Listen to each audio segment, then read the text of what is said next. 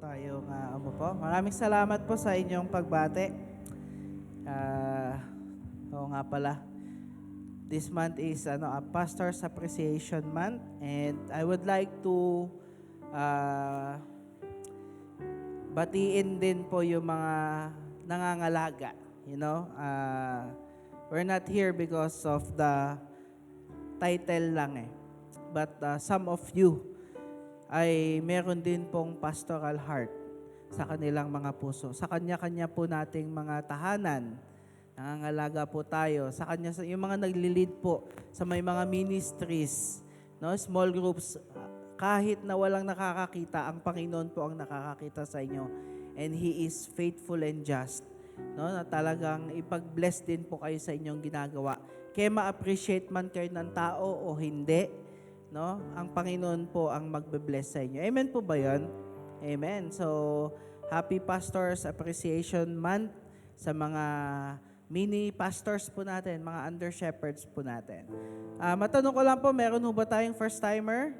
Meron ho ba? Ayan, first. Pwede ho bang palakpakan po natin ang bisita po natin? Welcome po sa ating church.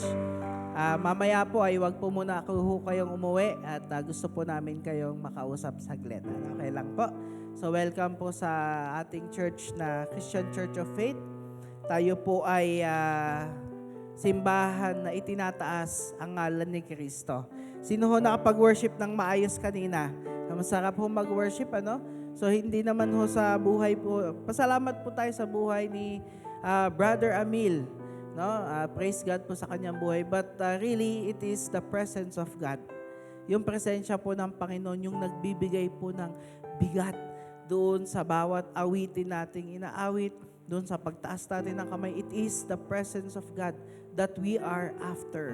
No, kaya I pray na every time na kayo po ay pumupunta po sa ating simbahan dito sa ating church, ay namimit po yung need po natin, yung kauhawan po natin, na tayo po'y nakakainom sa presensya ng Panginoon. Amen po ba? Amen.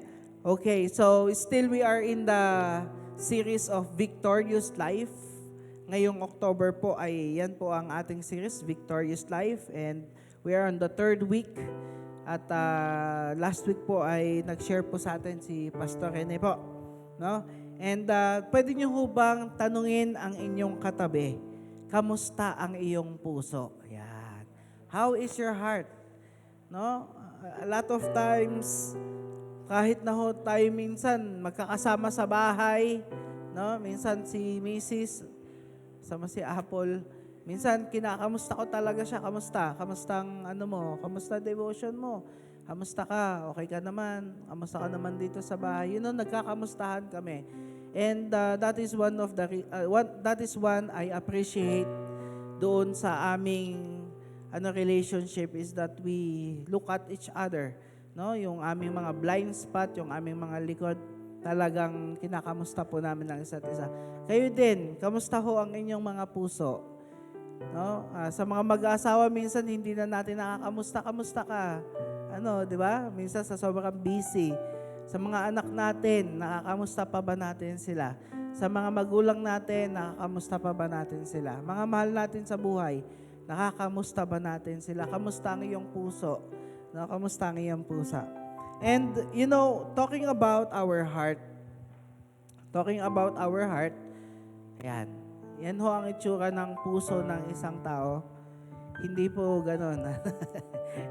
Pero anyway, sign lang po yun, no? Para naman siyang ganon. And alam niyo po, ilan sa mga facts, yung mga katotohanan po sa ating mga puso, is that our physical heart beats 100,000 times a day. Kung ang beat niyan ay piso isa, mayaman na tayo kasi 100,000 times no? But every day, 24 hours a day, our heart beats 100,000 times.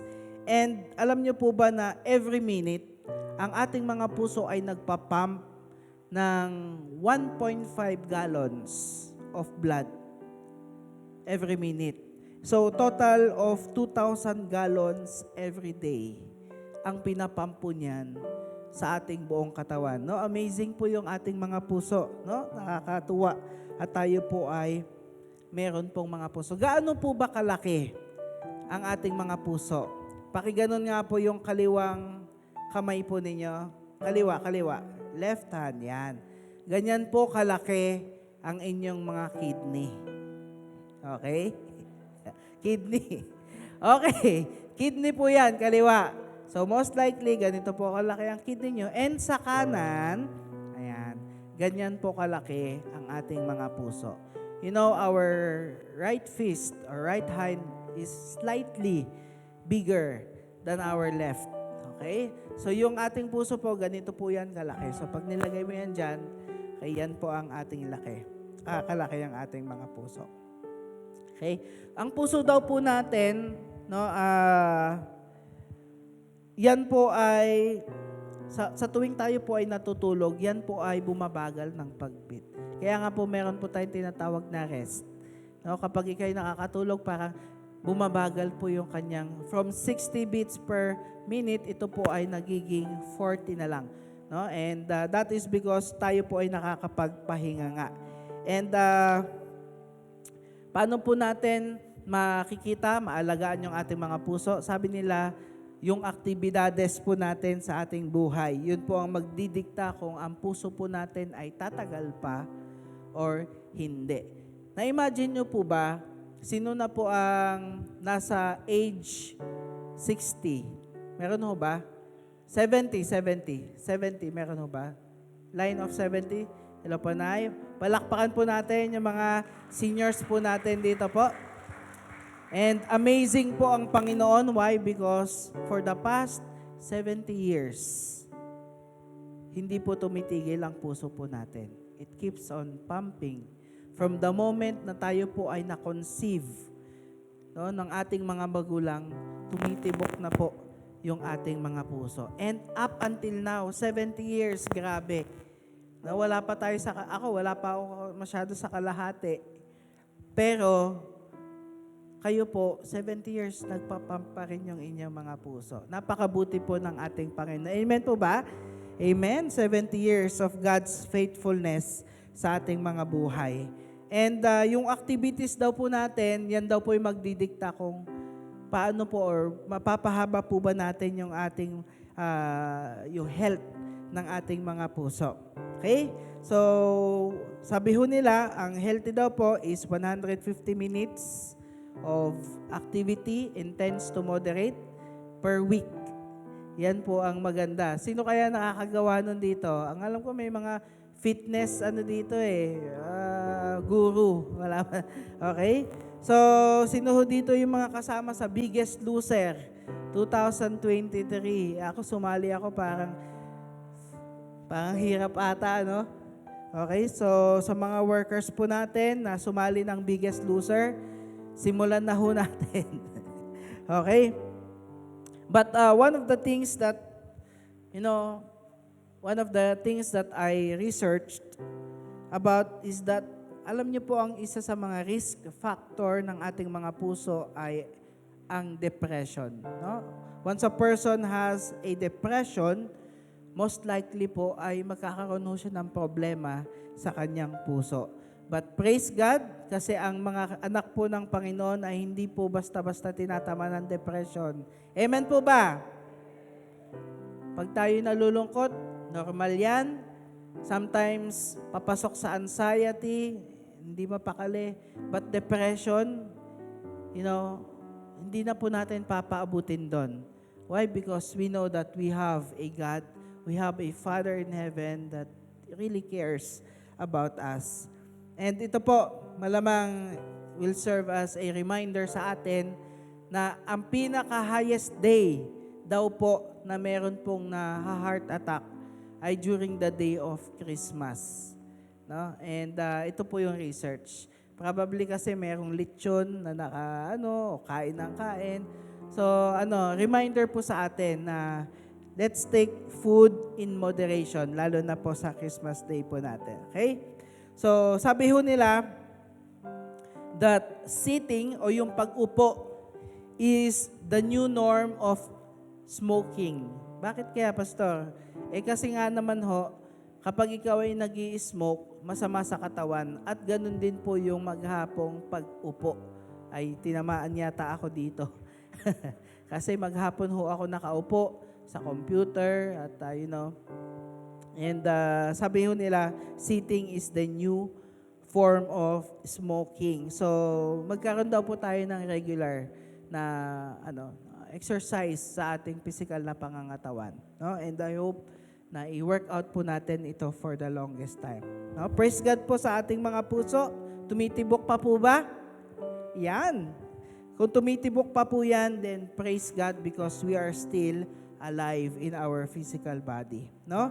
And ngayong umaga pong ito ay titignan ho natin. Bakit ho patungkol sa puso yung aking introduction sa inyo? Because this morning we will talk about our hearts. No? Papakinggan po natin, titignan po natin at kakamustahin po natin yung ating mga puso. Well, I'm not a physical doctor, pero when we talk about heart in the Bible, ay hindi ho yung physical na yung tumitibok-tibok, yung pinapatunguhan nito. No? But our hearts, sino po ba? Ano po ba yung puso when we talk about the Bible? It is us.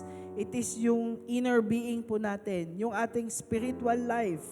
No? It is in the very center of our spirit. And it is the very core, the motives that lies deep within. Sino ka ba? Si Tatay Scott. Si Tatay Scott, physical niya, ayan lang yan eh. 'Di ba? Pero yung sino ba talaga si Tatay Scott? Yun yung kanyang puso sa loob. Siya yun. No? And I want to tell you, no, na ito pong ating mga puso ay, kaya po natin kailangan kamustahin ay hindi po natin talaga kilala or alam kung ano yung sitwasyon ng ating mga puso. Amen po ba? So sabi ho sa Jeremiah chapter 17 verse 9, the human heart is the most deceitful of all things and desperately wicked. Who really knows how bad it is? No? Sabi ho sa Jeremiah 17, the human heart, yung ating kaloob-looban, sabi niya, yung puso mo, kapatid, sabi niya, dyan daw nanggagaling, deceitful of all things, and wicked daw po yan. So we have to check, Lord, kamusta po ba ang aking puso? Okay pa po ba ako sa inyo? Okay pa po ba ako sa aking buhay? No, mamaya ho makikita po natin, matutunghayan po natin na we have to allow the Lord to check on our hearts. Kasi may mga problema po tayo sa ating mga buhay, ang pinag-uugatan po nito ay yung ating mga puso. Diba? Kaya minsan yung reminder, puso mo, maano ka na naman. Diba? Yung puso mo, kalma ka lang. Diba pag tayo may pinagdadaanan, ano yung mabilis tumibok? Puso. Pag may galit tayo, diba? Pag ninenervous tayo, may takot tayo, puso. And this reminds us that, we have to allow the Lord to check on our hearts. Matthew chapter 15 verse 19. Basahin po natin ng sabay-sabay. 1, 2, 3, go. Sapagkat sa puso nanggagaling ang masasamang kaisipan, pagpatay, pangangalunya, pakikiapid, pagdanakaw, pagiging saksi para sa kasinungalingan at paninirang puri. Saan daw po galing?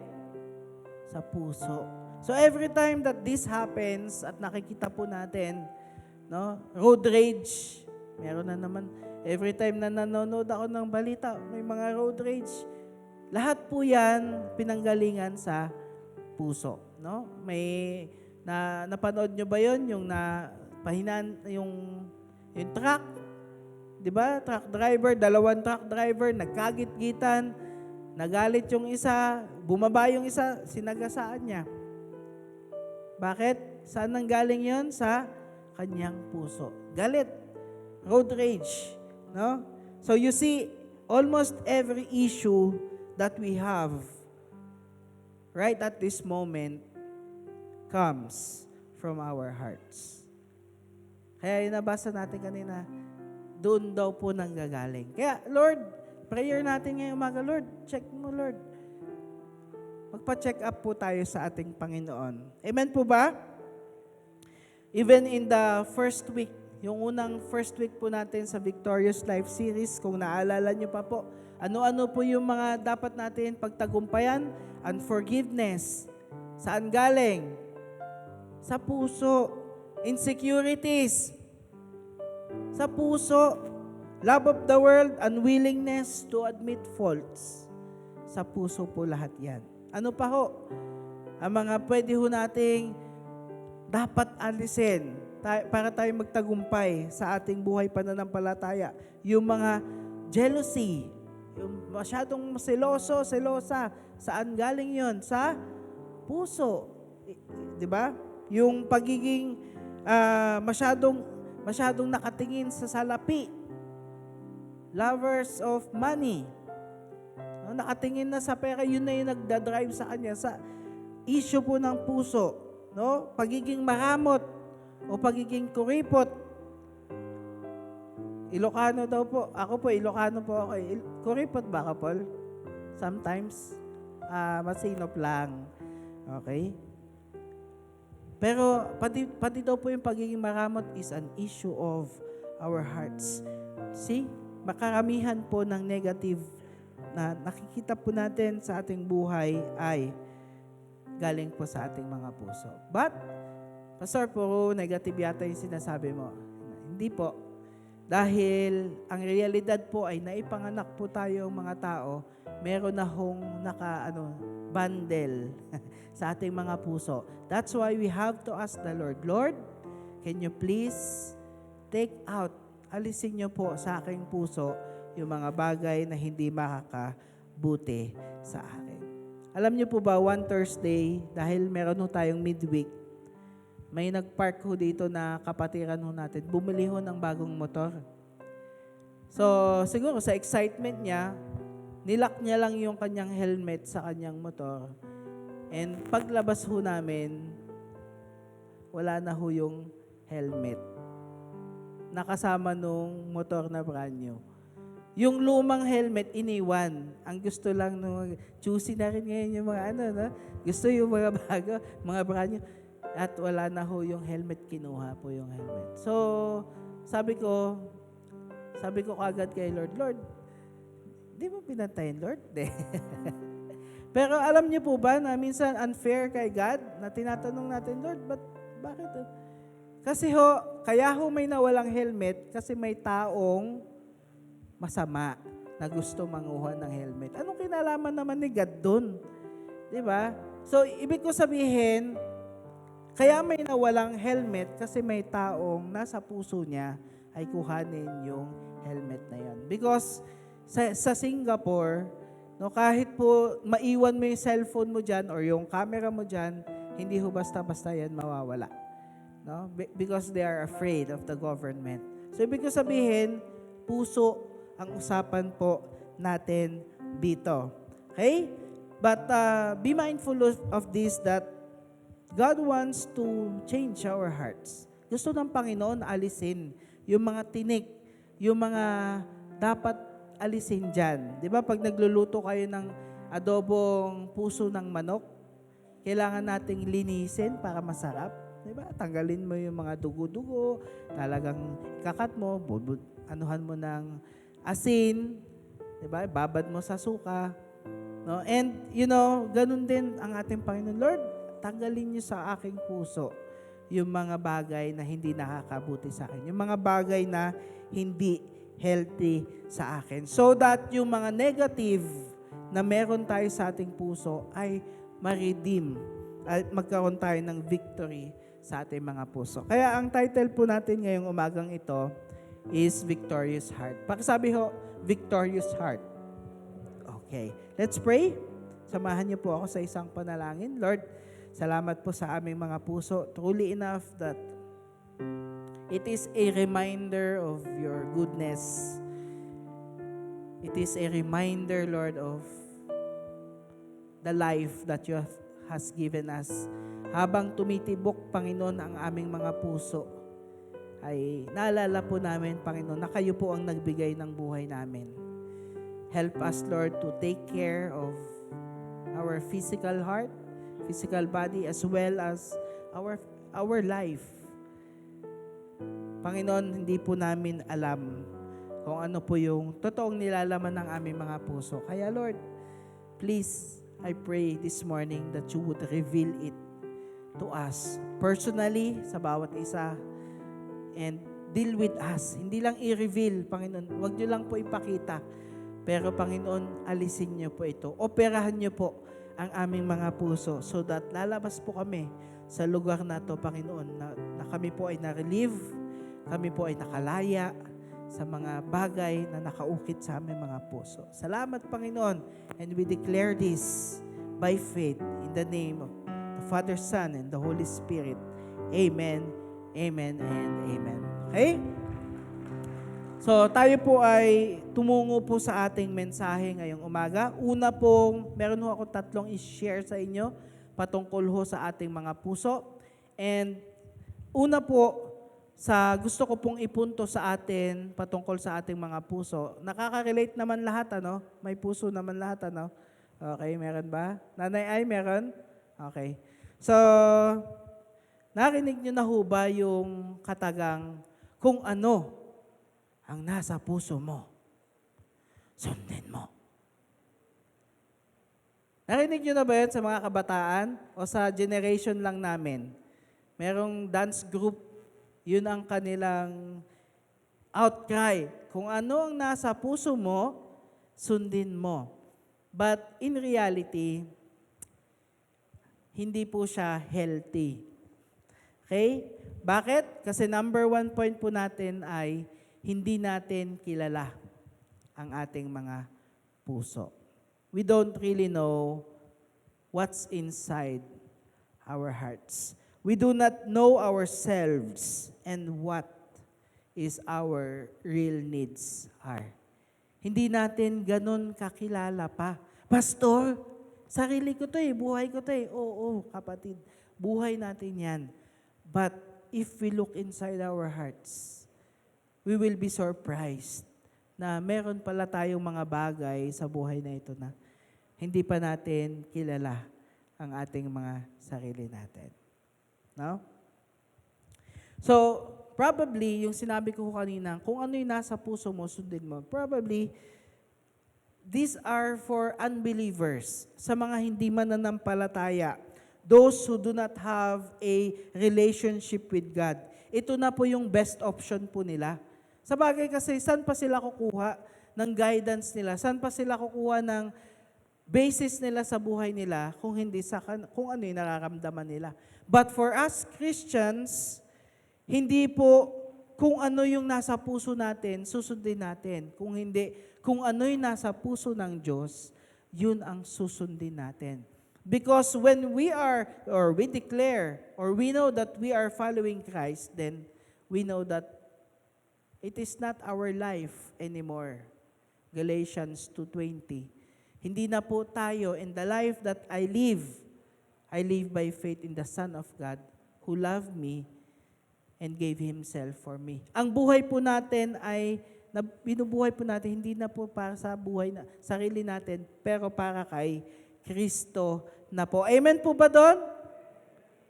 But after this, when we go back to our own life, sa sariling buhay natin, sino kaya ang nasusunod? Yung puso ng Diyos o yung puso pa rin natin?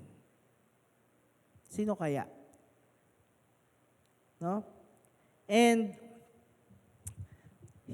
God gave us the Holy Spirit to be our guide. God gave us the Bible, the Word of God, to be our guide. Kaya hindi mo pwedeng, kung ano yung nasa puso mo, sige, go lang ng go. Sa atin po, kung yan ay nakasulat sa Bible or yan ay scripture-based, then go for it. Diba? Kung sabihin ko sa inyo, ang nasa puso ko, gusto ko magbenta ng droga okay lang ba yan? Yun na nasa puso ko Tama ba? Hindi. Hindi tama.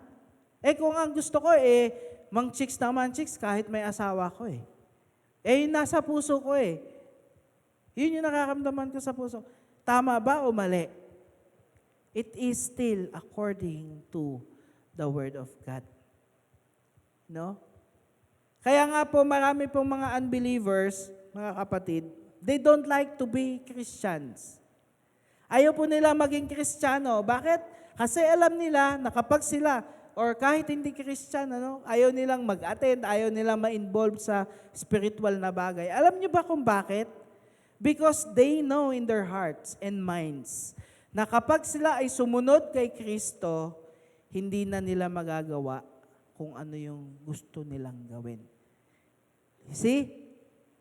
They want to be gods in their own life. Gusto nila sila yung nasusunod, gusto nilang maging Diyos sa sarili nilang buhay. Because when you are a Christian, you have a God in your heart, sa trono ng buhay mo. You are God alone from before time began. You are on your throne. Sa trono ng ating mga puso, sino ang nagdidikta? So itong mga unbelievers na to, they want to be gods sa sarili nilang buhay. And it's their decision, but they also have to save themselves.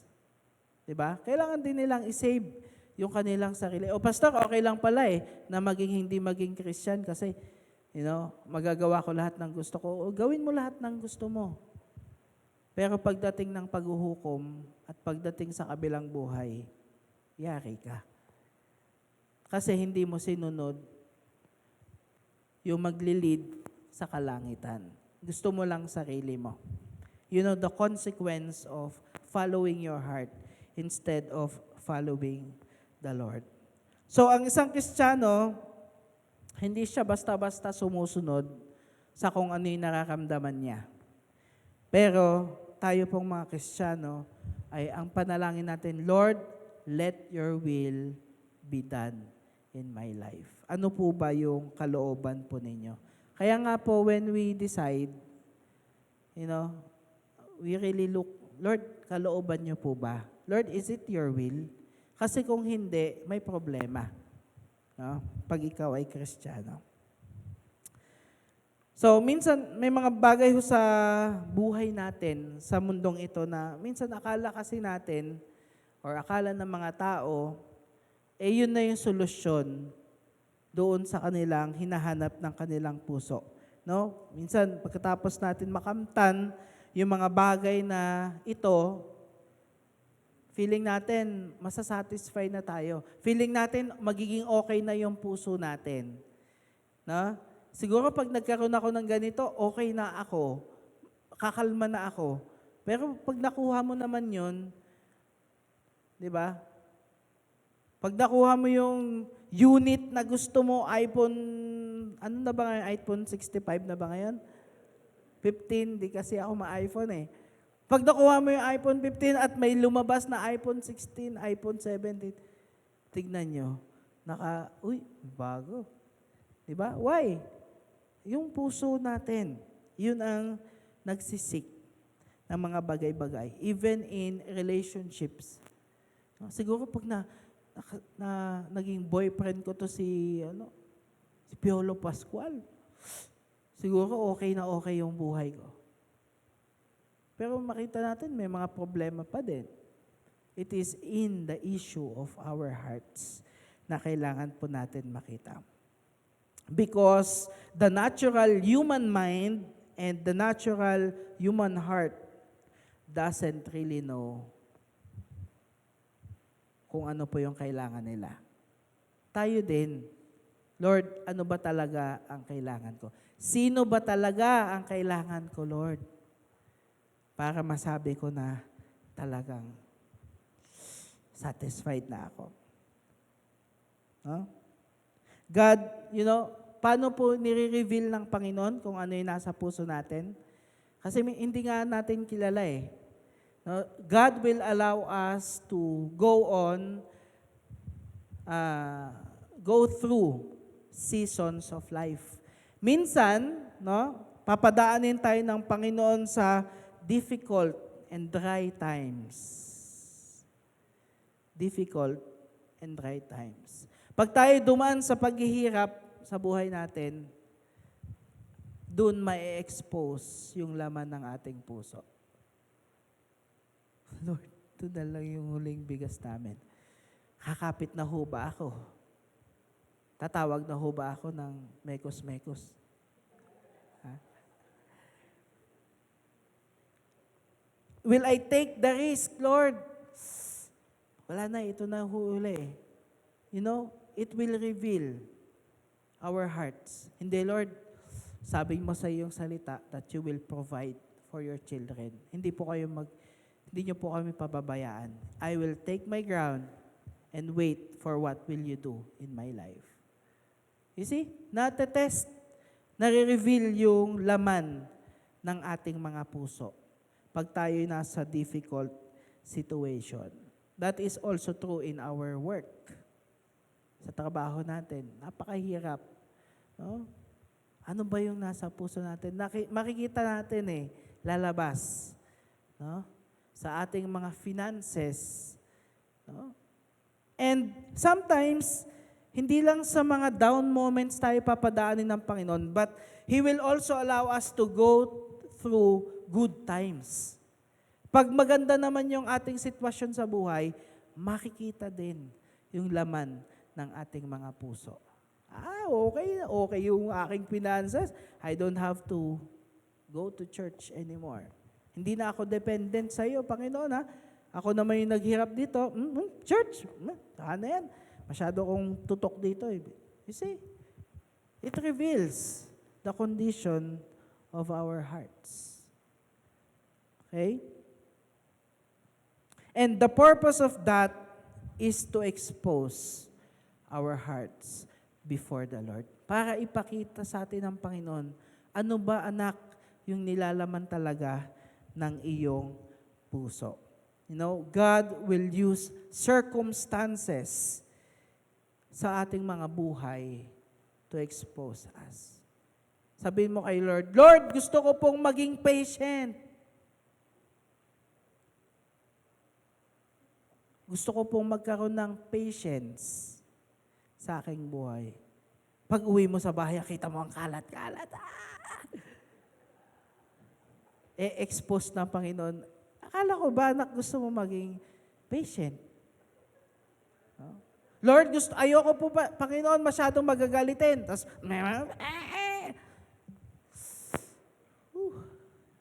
pinapakita ho sa atin yung nilalaman ng ating mga puso. So, kapag kayo ho ay umuwi sa bahay at meron nag-trigger sa inyo, yun yung laman ng inyong puso. Di ba? Yun yung laman ng ating puso. So, nasa down man tayo or up man tayo, ano man yung sitwasyon po natin, lumalabas po kung ano po yung nasa ating mga puso. Psalms 139 verse 23 to 24. Sabi dito ng writer ni David, search me, O God, and know my heart. Try me. Subukin mo ko, Lord, and know my anxieties. And see if there is any wicked way in me, and lead me in the way everlasting. Ganda ho ng sinabi niya. Panginoon, search me, try my heart, Lord. Pag meron ho kayo nakitang hindi maayos, Lord, alis naman po. Para ako po ay malid nyo, no, doon sa maayos na lugar. Pag tayo ay nagpa-check up at may nakita sa ating hindi maganda, ano ho yung initial reaction po natin? Hindi makita. Di ba? Sa mga lalaki, yaan mo na yan. Hindi yan. Exercise lang yan. Hindi yan. Pero sa mga babae po, hindi, sige, Dok, pakialis naman. Sa mga lalaki, may doktor ng sariling buhay. Totoo ba yun, Dicha? No? And the writer of this Psalms 139, sabi niya, Lord, search my heart, Lord. And next to knowing God, alam niyo po ba, the most important thing is to know ourselves and to know what really is in the bottom of our hearts and problems. At para tayo po ay magkaroon ng victory sa ating buhay, ay kailangan ho nating makita at ma-identify with the grace of the Lord, of course, yung nilalaman ng ating mga puso. Kasi minsan akala natin yung solusyon na naiisip natin, yun na yung solusyon. But we want really to ask the Lord, Lord, ano ba yung tamang solusyon para sa aking nararamdaman or yung aking sitwasyon? No? Hindi yung kung ano yung pumasok sa isip natin, akala natin yun na yung solusyon. But again, we have to ask the Lord, no, kung ano po yung direction po niya sa atin. Okay? So, example ho dito, physically, pag sumasakit ho yung ating tiyan or yung chest natin, marami hong factors yan. No? Marami rin hong factors sa tiyan. Pwedeng left, right, upper, middle. Marami ho eh. And we have to allow the doctors to, makita series of tests sa atin. Gayon din po sa ating puso.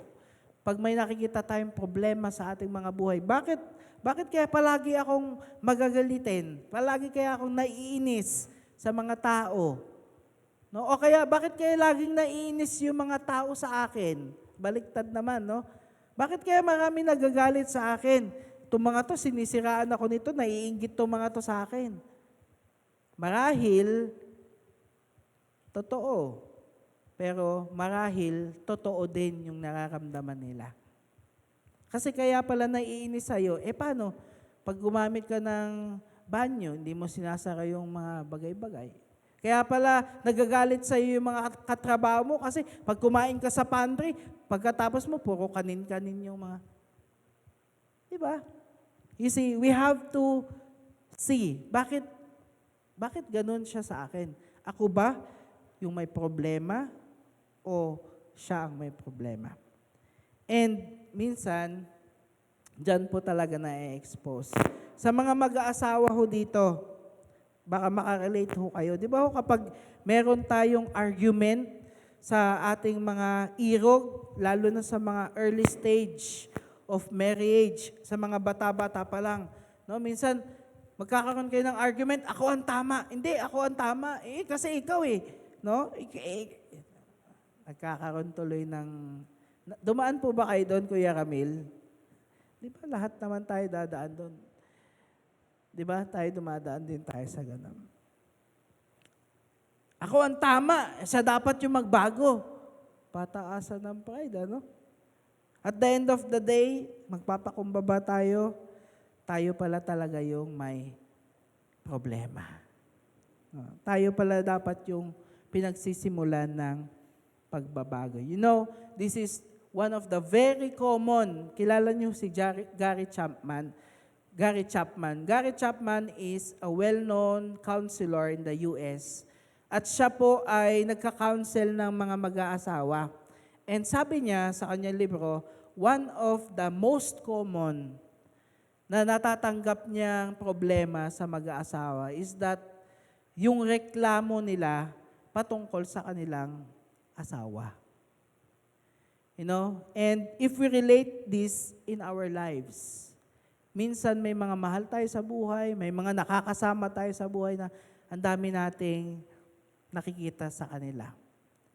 No, meron akong papagawa sa inyo for the next 30 minutes. Sa isip nyo lang. Okay? Sa isip lang ninyo. Mag-isip kayo ng tao na gusto nyong i-deal or meron kayong issue sa kanya. No? Maaring asawa mo, tatay mo, anak mo, anyone na talagang nung sinabi ko, medyo pumasok agad sa isip niyo. Kung meron kayong ganon, for the next 30 minutes at 30 seconds, mag-isip kayo na mga dapat magbago sa kanya.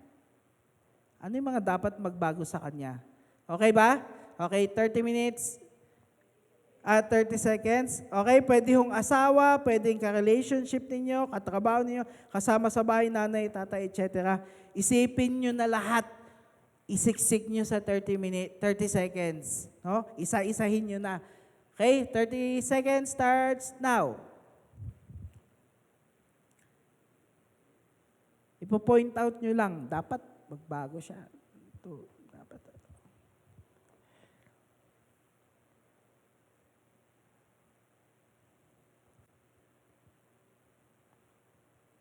Okay? Wala pang 30 seconds.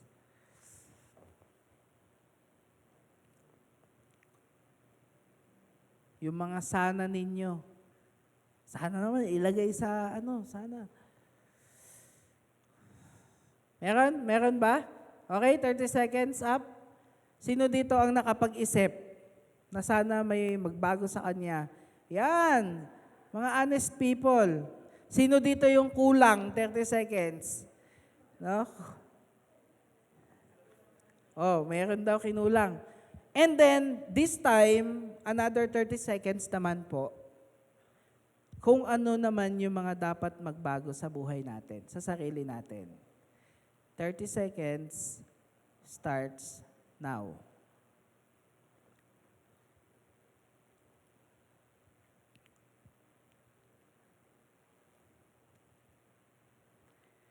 Ano yung mga dapat naman magbago sa akin?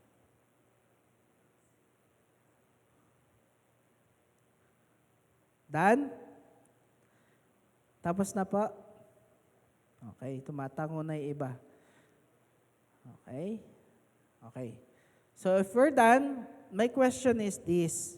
Sino ho dito yung mas maraming naisip nung una kesa sa pangalawa?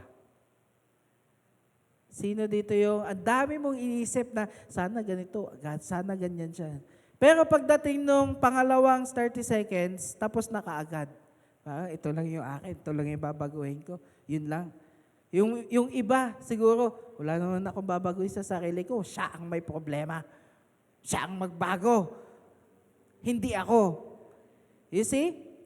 Sometimes, yun yung problema.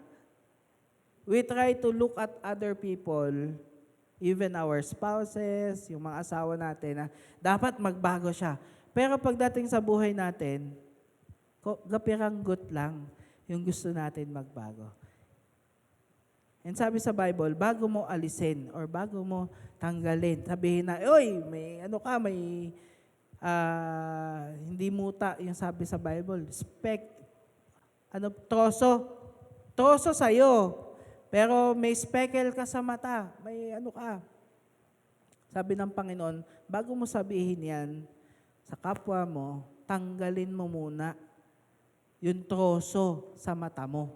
Ang laki nun, troso. Ibig sabihin nun, ang lesson po natin doon, bago mo baguhin or bago mo sabihin, okay lang naman ho yun eh. Pero bago mo sabihin, ikaw muna ang magbago. You see? Amen po ba doon? Ikaw muna ang magbago. And this is one of the key. Kasi hindi po natin alam yung laman ng ating puso. That's why we have to ask our Lord, ano ba yung mga dapat kong baguhin sa aking buhay? So that, kapag dinil mo na yung kapwa mo tao, then you are able to see it clearly. At saka hindi ka niya babalikan. Ikaw nga ito eh. Di ba? May mga ganun, di ba? Ikaw nga oo, yari ka. Babalikan ka talaga. Kaya dapat, ang pagbabago ay pinapadil muna natin sa Panginoon sa ating mga sarili. Amen po ba doon? We should ask God to show us what is the root of our heart. And probably, baka ma-surprise tayo kung ipapakita ng Panginoon. Second point, mga kapatid, is that kailangan po natin humingi sa Diyos ng panibagong puso. Kailangan natin humingi sa Diyos ng panibagong puso. And a new heart has always been the greatest need of mankind. New heart, panibagong puso. Kasi ang problema sa atin is yung old heart po natin. But we want to ask the Lord, Lord, give us a new heart. Kasi po yung mga Israelites, yun yung naging problema nila. Matigas yung kanilang mga puso. Let's read from Nehemiah chapter 9, 26 Pero babasahin ko po yung first part. If you have your Bibles with you, may Bible ho ba tayong dala? Meron, pakitaas ho yung may mga dalang Bible. Wow! Praise God! Lord, pagpalain niyo po yung may mga dala ng Bible. Sa mga oras na to, they honor your word. I pray that you will honor them as well. So, Nehemiah chapter 9 verses 26 to 30. Babasahin ko po yung unang part and then ipa-flash ko po yung next part. Sabi ho dito, ngunit kinalaban ka pa rin nila at tinalikuran nila ang iyong kautusan, yung mga Israelites daw. Pinatay nila ang iyong mga propeta na isinugo mo upang sila'y panumbalikin sa iyo. Patuloy ka nilang hinahamak. Dahil sa ginawa nila, pinabayaan mong sakupin sila ng kanilang mga kaaway. Ipinaalipin mo sila at pinahirapan, ngunit nang sila'y tumawag sa iyo, pinakinggan mo rin sila mula sa langit. Sa habag mo sa kanila, binigyan mo sila ng mga pinuno sa kanilang magliligtas. Verse 28, i-flash ko po sa inyo. Ngunit ang buhay nila'y naging matiwasay, nung buhay nila'y maging matiwasay, muli silang nagkasala laban sa iyo, kaya't pinababayaan mo silang muling matalo ng kaaway. Ngunit kapag sila'y muling nagsisi at humingi ng tulong, pinapakinggan mo sila mula sa langit at paulit-ulit mo silang inililigtas sapagkat ikaw ay mahabagin. Verse 29 to 30, binabalaan mo silang manumbalik sa iyong kautusan. Ngunit sa kanilang kapalaluay, lalo nilang nilabag ito. Kahit na ang kautusan mo ay nagbibigay buhay, sa katigasan ng kanilang uloy, sinuway nila iyon. Verse 30 and the last verse, maraming taon na pinagtitiisan mo sila at binalaan ng iyong spirito sa pamamagitan ng mga propeta, ngunit hindi pa rin sila nakinig, kaya't ipinasasakop mo na naman sila sa mga dayuhan. You see, the problem of the Israelites is that they are hard-headed. Sila po ay matitigas ang ulo and rebellious. Do you agree with me?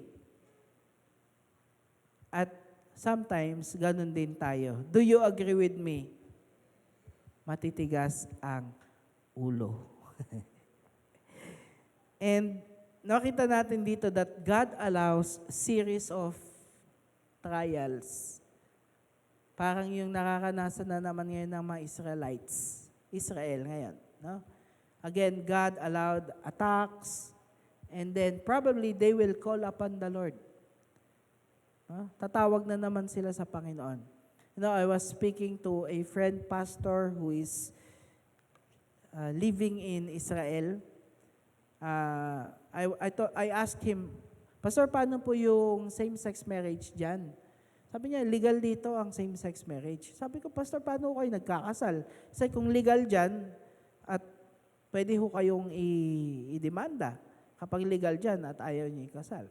Sabi niya, hindi ako nagkakasal dito. Just to be safe. You see? And makita ho natin yung status ngayon ng Israel. Well, I don't really know kasi di naman ako taga doon. But probably, katulad doon, they allowed same-sex marriage, you know, and all these things. And sometimes, probably the Lord is calling their attention again. Balik kayo ulit sa akin. Tawag kayo sa akin. Maging indulge ulit kayo sa salita. No? And katulad doon ng nabasa po natin, nung panahong yun, no? Pag naging maayos yung kanilang buhay, nakakalimutan nila ang Diyos. And then suddenly, trials will come again. And then they will call upon the Lord again. Tatawag na naman sila sa Panginoon. Papatawarin naman sila ng Panginoon sapagkat sabi ng salita ng Diyos, ang Panginoon po natin ay mahabagin. Amen on that. Mahabagin. And ganoon na naman, pag maayos na naman yung buhay nila, nakita niyo po yung pattern. And sometimes, that pattern happens to us. Pag maayos yung okay buhay natin, Lord, okay ka, lumalayo na naman tayo sa Panginoon. And then the Lord will allow series of trials sa buhay natin. Magsubok na naman. Tatawag na naman tayo sa Panginoon. You see, sometimes the Lord uses trials to remind us of our dependence sa Kanya. No? So if we have trials in our lives, check natin, Lord, kamusta yung relationship ko sa'yo? Yun yung check natin eh. Parang sinat.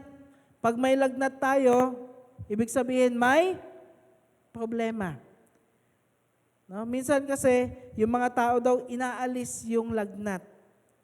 Pero ang reality po, yung lagnat, hindi yun yung issue. Yung lagnat, yung signal na merong mali. There is something wrong. At yun yung kailangan mong i-deal. Hindi issue yung lagnat. No? Minsan kasi ang goal natin is mapababa yung lagnat. Pero ang goal po natin, makita bakit ka nilalagnat, ano yung cause, ano yung problem, may virus ba, may bacteria ba, ano ba, di ba po? Hindi yung lagnat. Actually, yung lagnat is a good thing because sinasabi niya sa katawan mo, oops, there is something wrong. Kaya umiinit po yan kasi lumalaban yung ating mga probiotics, mga magagandang bakterya sa katawan po natin. Kaya nag-iinit. Kaya wag natin masyadong pagfokusan yung lagnat kung hindi yung root cause. Bakit tayo nilalagnat? Ganon din po sa ating spiritual na buhay. Bakit tayo dumadaan? Bakit natin nararanasan to? Lord, meron bang root cause sa akin? Okay? Pero may promise po ang Panginoon sa mga Israelites. Jeremiah 31:31 to 33. The day is coming, sabi niya dyan, says the Lord, when I will make a new covenant with the people of Israel and Judah. The covenant will not be like the one I made with their ancestors when I took them by the hand and brought them out of the land of Egypt. They broke that covenant, though I loved them as a husband loved his wife. Grabe. Yung description ng pag-ibig ng Panginoon sa mga Israelites, mahal ko kayo. Parang yung pag-ibig ng isang asawang lalaki sa kanyang babae. Verse 33, but this is the new covenant I will make with you, people of Israel. After those days, says the Lord, I will put my instructions deep within them, and I will write them on their hearts. I will be their God, and they will be my people. Dadating yung pagkakataon, mga kapatid, na makakalagpas din tayo sa mga trials. And God will make a covenant in our hearts na siya yung magiging Diyos natin na tagapagtigtas. Na siya yung uupo sa trono ng Diyos natin at hindi na natin susundin yung sarili po nating mga puso. Ezekiel chapter 11:19 to 20, bibigyan ko sila ng bagong puso at bagong espiritu. Ang masuwayin nilang puso ay papalitan ko ng pusong masunurin upang lumakad sila ayon sa aking mga tuntunin at sumunod sa aking mga utos. Sa gayon, magiging bayan ko sila at ako ang kanilang magiging Diyos. So, we have to ask the Lord, Lord, palitan niyo po yung aking pusong bato ng bagong puso. Katulad ho ng promise ng Panginoon sa mga Israelites. No? Sabi niya dyan, bibigyan ko sila ng bagong puso at bagong spirito. Sino dito yung gusto na, Lord, baguhin mo ang aking puso. Lord, tanggalin mo yung mga pangit at palitan mo ng magagandang bagay para makapagbigay luwalhati ako sa Ezekiel chapter 36, 25 to 27, wiwisikan ko kayo ng tubig na dalisay upang kayo'y luminis. Wow! Aalisin ko rin ang mga naging mantsa ninyo dahil sa inyong mga Diyos-Diyosan. Bibigyan ko kayo ng bagong puso at bagong espiritu. Ang masuwayin ninyong puso ay gagawin kong pusong masunurin. Bibigyan ko kayo ng aking espiritu upang makalakad kayo ayon sa aking mga tuntunin at masunod ninyong mabuti ang aking mga utos. Gusto po ng Panginoon, kapatid, na tayo po ay mabigyan ng bagong puso. Pusong handang sumunod sa Kanya. In and outside of our church. Amen po ba? The mind is the instrument of logic. Ibig sabihin, yung ating mga isip, dyan po tayo nag-iisip. Tama, mali. Pero yung pumapasok dyan, yung nag-feed dyan, yung nagsasabi kung ano yung dapat mong isipin, yun po ay nanggagaling sa ating mga puso. Kaya, hindi ho natin basta-basta maiisip ang isang bagay, not unless ito po ay nanggagaling sa ating mga puso. Amen po ba doon? And dahil dito po, kailangan po natin maunawaan na ang mas malaking issue po sa atin ay hindi po yung ating isip, kung hindi yung ating mga puso. Kasi kahit na dumapo sa isip mo yan, pero kung wala sa puso mo, walang problema. No issue at all. Diba? Say for example, ito example, kunyari, hindi nyo na-recognize na Pastor's Appreciation Month ngayon. Walang problema po sa akin yun. Hindi po namin tinitignan yun na walang bumati sa atin, no? Iwanan na natin si COF. Walang problema ho sa amin. Kasi ho sa puso namin, we are serving the Lord. We are serving the people. Kaya meron man mag-appreciate o wala. That is our mindset. Kaya pag pumasok sa isip namin na, walang bumati sa'yo, walang mag-appreciate, walang problema yun. Hindi namin ikikiter. Why? Because our heart is in tune sa ating Panginoon. Ganon din sa ating mga buhay. No? Kapag walang issue sa puso ninyo, no problem. Tama ba? Nakapila ka sa FX, may biglang sumingit. Ano kaya ang magiging reaction ni Tata Scott? Baka jombagin mo tayo. Tara, CCOF ako. Ano kaya? May issue ba yon? Heart issue. Kaya, di ba ho, minsan yung triggering, nagtitrigger sa ating mga buhay. Lord, give us a new heart. And I pray mga kapatid na ma-identify natin sa ating mga puso. Ma-identify natin. First is, allow the Lord to identify kasi hindi natin alam, nilalaman ng ating puso. Second is, ask the Lord. No? Allow the Lord na palitan ng bagong puso, bagong spirito yung ating mga buhay. Proverbs chapter 4, verse 23, sabi diyan, keep your heart with all diligence, for out of it springs the issues of life. Nandyan po lahat ng issue sa puso po natin. So we have to ask the Lord, Lord, baka naman, bagong puso naman, Panginoon. And number 3 po na gusto ko pong i-share sa inyo is, of course, huwag patigasin ang ating mga puso. Huwag patigasin. Sabihin mo kay Lord, Lord, palitan mo ng bago. Ngayon, pag dinidil tayo ng Panginoon sa issue na yan, sa area ng buhay natin na yan, ayaw naman natin magpabago. See? And Scripture repeatedly warn man not to harden his heart. Huwag daw po patigasin yung puso natin. Kasi kapag sinabi ng Panginoon na gawin po natin yon, gawin po natin. Para hindi po tumitigas yung ating mga puso. Ibig niyang sabihin, mga kapatid, nandyan yung grasya niya. The grace of God para tayo po ay tulungan magbago. No? Kaya kapag tinigisan po ng isang tao yung kanyang puso, no, nire-reject po niya ang grasya ng ating Panginoon. Because I believe na kaya po tayong baguhin ng Panginoon. But the question is, gusto ba natin na baguhin tayo ng Panginoon? Yun ang tanong dun eh. Gusto ba akong baguhin ng Panginoon for the better? Yes, 100%. No question about that. Pero ang tanong, ikaw, tayo, in your mind, in your heart, ilang percent ka na gusto nating baguhin tayo ng ating Panginoon? Kasi paano ho ba nagkakaroon ng matigas na puso? Did you know that our hearts is a muscle? Muscle. Muscle po yan eh. Ang muscle kapag paulit-ulit mong, tinitigasan, nagiging ano po yan? Bato. Ganon din yung ating mga puso.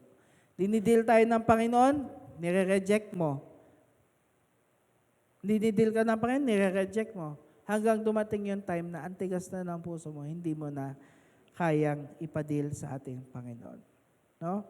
For example, meron ho tayong anger, galit, or bitterness. Yung galit natin, hindi natin pinapadil sa Panginoon. Unforgiveness natin, hindi natin pinapadil sa Panginoon. Dadating yung time na ano ka na, tigang ka na, hindi mo na masyadong ramdam, pero you are driven with bitterness already. Kaya ka pala mabilis magalit kasi meron kang hatred sa puso mo.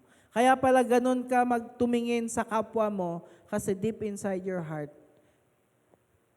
matigas na pala yun. Meron ka palang issue sa iyong buhay. Kaya sabi dito, huwag patigasin ang ating mga puso. Because the more na nagmatigas po tayo sa harapan ng Panginoon, lalo po tayong humarap, no? Mas lalo pong humihirap yung sitwasyon natin sa ating mga buhay. Malapit na po ako magtapos, ano? And the question that I like to ask here, sa point number 3 po natin, is that, why do people harden their hearts? Bakit ho may mga pagkakataon na pinapatigas talaga ng tao yung kanilang mga puso? Number 1 po sa ating list is that meron pong false comfort. Ayan, false comfort. Di ba kapag pinatigas mo yung puso mo, pag may nanita sa'yo, pag may nagsabi sa'yo ng pag kinokorek ka, ano yung initial reaction mo? Tigas yung puso. Bakit? Kasi minsan, pag tinigasan daw po natin yung puso natin, meron daw pong comfort tayong nararamdaman, but it is a false one. Parang feeling natin, nadepensa natin yung sarili natin. Matigas to, hindi to basta-basta. No? Mababali, mababasag. But in reality, although it feels good, it is a false comfort. Pangalawa ho, na reason daw kung bakit tayo nagmamatigas sa Panginoon is that meron hong paglalaban sa humility versus pride, pagkakumbabaan at pagmamataas. Ayaw mong magpakumbaba. Ito ako eh. Ito yung ano ko eh. Ganito na ako lumaki. Ba't Di ba ho? Tignan ho natin yung mga puso po natin ha. Hindi ko po ito sinishare sa inyo na kayo po ito. But, you know, these are just points na maaring ito pala yung struggle natin for a long time already. No? Baka kailangan magpakumbaba po tayo sa Panginoon and i-lay down po yung ating mga pride para, you know, makalaya po tayo sa ating mga puso. Number 3 daw po na reason is that there is a battle between openness or transparency versus shame. Ayaw mo maging open. Kaya ang ginagawa mo, nahihiya ka na lang. Ayaw mo tinitigasan mo yung puso mo kasi nahihiya ka. Nahihiya kang malaman na ganito ka, nahihiya kang malaman. You know? Pero the moment na binitawan mo yun, the moment na nilet go mo yung bagay na yun, magiging malaya ka. No, kapatid? And hardness of heart is one of the major reasons. Take note, marriage fails. No? Ito daw po, ang pagmamatigas ng puso ay isang major na dahilan kung bakit daw po marami ang naghihiwalay. And really, I don't want this to happen to anyone sa atin.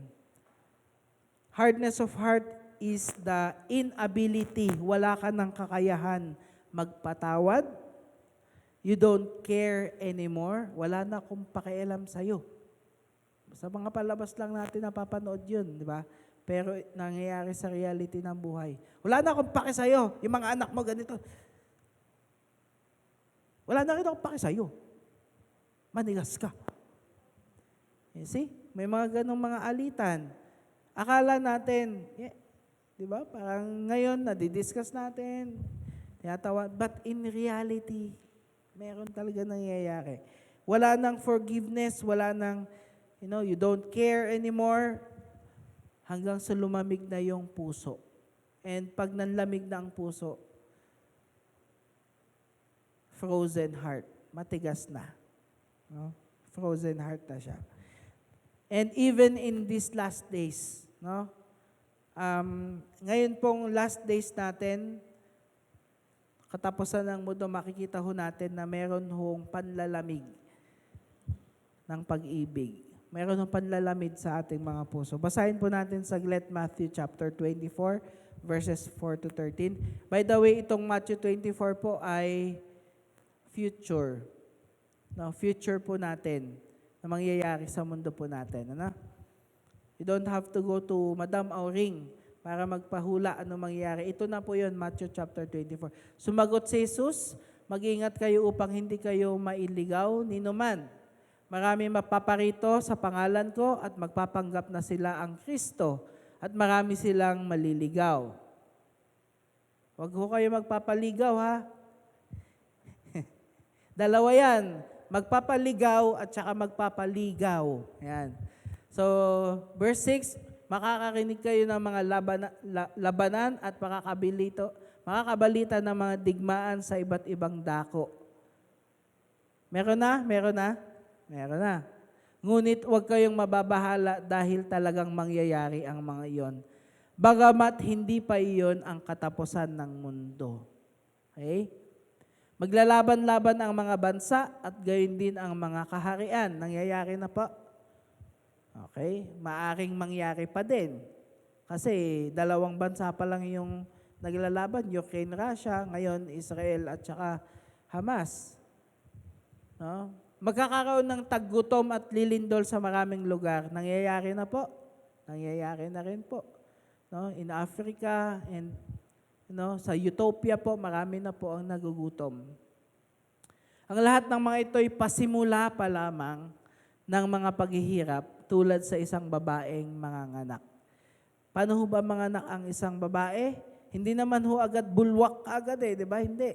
Meron hong mga laboring, masakit. Parang habang papalapit ng papalapit yung paglabas ng anak, pasakit ng pasakit. At hanggang sa ultimatum. Ganun din po dyan. Sabi niya yung mga yung mga nabanggit nating una, pasimula pa lamang. Wala pa yung climax. Pagkatapos ay kapupuutan kayong lahat dahil sa inyong pagsunod sa akin. Isasakdal kayo upang pahirapan at patayin. Nung binabasa ko ito, alam nyo, naiiyak ako sa Panginoon. Kasi sabi ko, kakayanin kaya? Kakayanin kaya natin? Sa ating mga nakaupo dito, sabi ko, Lord, pag dumating yung time, for example, merong katulad ng Hamas, pumunta sa bahay or sa church. Sabi niya, Kristiyano ka ba? Tagasunod ka ba ni Kristo?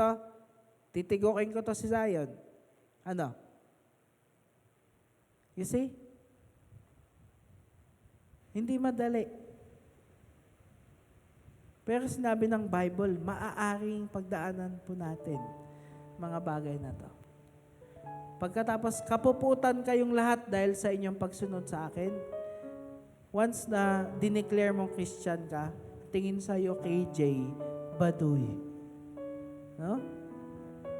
Pero kung yun ay hindi po natin kayang tayuan, ay mag-isip-isip po tayo. You know, ako po, by the grace of the Lord, sana hindi ko talikuran ng Panginoon pag dumating ang yan. Imagine mo, harap-harapan, kikitilin si Apple, Pero, alam niyo po, ang mindset ko is that everybody will die. But at the end of the day, sinunod mo ba si Kristo o hindi? It is by the grace of God. Imagination ko lang naman po yun, kung mangyari sa atin. Pero, hindi malabong mangyari. No? Katulad ng mga nangyayari sa Middle East ngayon. Isasakdal kayo upang pahirapan at patayin. Katulad doon ng mga disciples, nila Pedro, tagasunod ka ni Kristo, sige. Okay? At dahil dito'y marami ang tatalikod sa kanilang pananampalataya. Mapuput sila at magtataksil sa isa't isa. Marami ang magpapanggap na propeta at ililigaw ang mga tao. Lalaganap ang kasamaan, kaya't manlalamig ang pag-ibig ng marami. Ngunit mananatiling tapat. Ang mga mananatiling tapat hanggang wakas ay siyang maliligtas. Yan. Sabi ho doon, lalaganap ang kasamaan, kaya't manlalamig ang pag-ibig ng marami. Yung puso pa rin ang tinatarget. Hindi ka na mainit kay Lord, nanlamig ka na, ayaw mo na. But in reality, gusto ng Panginoon na ikaw ay maging matagumpay sa iyong buhay pananampalataya. Sabi ho sa verse 13, ngunit ang mananatiling tapat hanggang wakas ang siyang maliligtas. So, allow the Lord. Huwag mong tigasan niya. Ngayon pa lang, let's not allow the hardness of heart na ang puso po natin maging matigas because of bitterness, because of past offenses. Yung mga naramdaman nating sakit, yun yung pinagmumulan niyan eh. Nasaktan ka? Nasaktan ako, pastor eh. Hindi mo naman alam, Lord. Pastor eh, iniwan ako ni ganito, iniwan kami yan. Wala. So, will you allow that experience na magdala ng buhay mo? 2 Timothy chapter 3 verses 1 to 5 also speaks in the last days, ang huling araw. Sabi ho dito, dapat mong malaman na sa mga huling araw ay darating ang mga panahon na kaguluhan. Sapagkat ang mga tao ay magiging maibigin sa sarili, maibigin sa salapi, palalo, mapagmataas, mapagsamantala, suwail sa magulang, walang utang na loob at lapastangan sa Diyos. Sila'y magiging walang pagmamahal sa kapwa, walang habag, mapanirang puri, walang pagpipigil sa sarili, marahas, at walang pagpapahalaga sa mabuti. Verse 4 and verse 5, sila'y magiging taksil, padalos-dalos, mayayabang, maibigin sa kalayawan sa halip na maibigin sa Diyos. Sila'y may anyo ng pagiging maka-Diyos, ngunit hindi naman nakikita ang kapangyarihan nito sa kanilang pamumuhay. Iwasan mo ang ganyang uri ng mga tao. Kapatid, as I end this message, ito pong mga ito ay parang pag binabasa natin, grabe naman yung mga tao in the last days. Pero in reality, saan nagsimula yan? Sa kanilang mga puso. And I want to ask you this morning, kamusta ang inyong puso? How is our heart today? Meron ba? Meron ba tayong kailangan ipadil sa ating Panginoon? I'm sure that the Lord wants to change our hearts. Gusto niya alisin yung matigas at frozen heart sa atin at palitan ng new and warm and soft heart sa atin. Tayo po tumayo. Tayo mananalangin. Hallelujah. Paano po natin malalaman yung nilalaman ng ating mga puso? The Bible says, out of the abundance of the heart, the mouth speaks. Kung ano yung laging lumalabas sa ating mga bibig, sa ating mga labi, probably yun yung laman ng ating mga puso. So if ang lumalabas sa ating mga labi is puro problema, puro reklamo, puro kahirapan, anger, hatred, comparisons, sharp words, then that's what's inside our hearts. Pero kung lumalabas sa ating mga labi ay puro pagpapatawad, no? Patience, goodness, love, joy of the Lord, papuri sa Panginoon, then praise God na at nagkakaroon po ng pagbabago. Pinalitan po ng Diyos yung ating mga puso. But if you are the first person, kayo po yun, mga kapatid na, Lord, lagi na lang ito. Meron po tayong kailangan ipadil sa Panginoon. Then let us allow the Lord Jesus to cater us this morning. I-allow po natin ang banal na spirito na tayo po ay operahan po niya. Maybe we can sing a song before we close in prayer.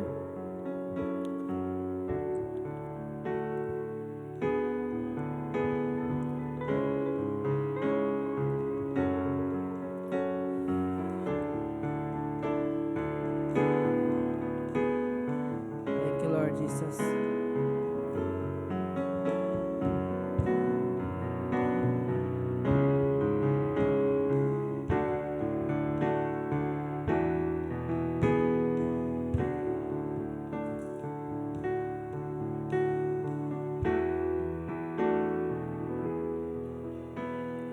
Puso ko'y iyong sinisiyasat. Buhay ko'y iyong alam. Ang lahat kong lihim, O Yahweh, ay tiyak mo ngang nababatid. Ang lahat ng aking ginagawa sa'yo ay hindi lingid. Yes, Lord Jesus. Ang lahat kong lihim, O Yahweh, ay tiyak mo nga nababatid. Salamat, Panginoon, kilala mo ako. Ang lahat ng bagay ay dilingid sa'yo. Salamat, Panginoon, ginagawin mo ako. Ikaw lang ang may alam ng ating patutunguhan. Salamat sa'yo, Panginoon. Salamat, Panginoon, kilala mo ako. Ang lahat ng bagay ay dilingid sa'yo. Salamat, Panginoon, tinutuwid mo ako. Ikaw lang ang may alam ng ating patutunguhan. Salamat sa'yo, Yes, Lord. Panginoon. Let's sing this song for the last time. Oh!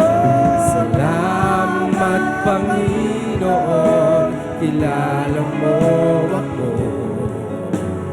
Ang lahat ng bagay ay dilingid sa'yo. Salamat, Panginoon, tinutuwid mo ako. Ikaw lang ang may alam ng ating patutunguhan. Salamat sa'yo, Panginoon. Salamat sa'yo, Panginoon. Salamat sa'yo, Panginoon. Yes, Lord Jesus. Maraming salamat, Panginoon, dahil hindi niyo po kami pinabayaan, Panginoon. sabi po ninyo sa inyong salita na kayo po ay mahabaging Diyos. Bagamat Panginoon, puso po namin ay unstable, ang puso po namin ay meron pong nilalamang mga bagay, Panginoon. Ito po, Lord God, ay inilalatag po namin sa mga oras na to sa inyo. Lord, baguhin niyo po kami. Lord, in the name of Jesus Christ, Lord God, ito pong puso po namin na meron pong mga dala-dala, Panginoon. Ito mga puso namin na may mga laman, Panginoon, na hindi magaganda, ay inaalay po namin sa inyong harapan ngayong oras na to. Dear Holy Spirit, be with us this morning. Minister to us this morning. At tulungan nyo kami na ma-identify yung mga bagay nito, yung mga root kung bakit kami ganito, kung bakit namin pinagdadaanan ito. Lord Jesus, I pray, O Lord God, na sa mga oras na ito, Panginoon, that you would allow people to be free, Panginoon, maging malaya sa kanilang isipan, sa kanilang mga puso, Panginoon, so that ito po ay mapalitan ng puso na nagpupuri sa inyo ng mga bagay, Lord God, na totoo masasabi po namin, Lord God, na kami po ay totoong taga-sunod po ninyo, totoong mananampalataya po ninyo, Panginoon. Kaya, Lord God, deal with our hearts, deal with us this morning, Panginoon, and I pray, O Lord Jesus, sa aking mga kapatid, Lord, na nandirito, Panginoon, na talagang nagsasabi na, Lord, take my heart. Lord, I will give my heart to you. I will give my heart to you. I will give my heart to you, O Lord Jesus. Take it and invite you. Iniimbita kita, Panginoon, para maging number one sa aking buhay. Iniimbita kita, Panginoon, para ikaw ang umupo sa trono ng aking buhay, ng aking puso. Salamat po muli, Panginoon, because this message, Lord God, I pray na ito po ay maselyuhan po ninyo, Panginoon, sa matamis po ninyong pangalan, Panginoon. Kami po ay dumudulog sa inyo. Lahat po ay magsabi ng Amen, Amen, and Amen. Thank you, Lord. Sige po, taas po natin ang ating mga kamay. The Lord will bless you and keep you. I pray for protection and being a light unto the world and to this nation. I pray, Lord, that these people, Lord God, will go out into the world and share who you are in their lives. I pray, Lord God, for prosperity. I pray, Lord God, for blessings upon blessings to be poured out in their lives, oh God. And in the name of Jesus Christ, yung inyong dugo po, Panginoon, ang makakasama po na magdilinis po sa amin, ang magpoprotekta po sa gawa ng kaaway sa amin. Thank you, dear Holy Spirit, be with us even for the rest of the week, and be glorified and be magnified. In Jesus' name we pray. Amen, amen, amen. God bless po sa lahat at mapagpalang umaga po.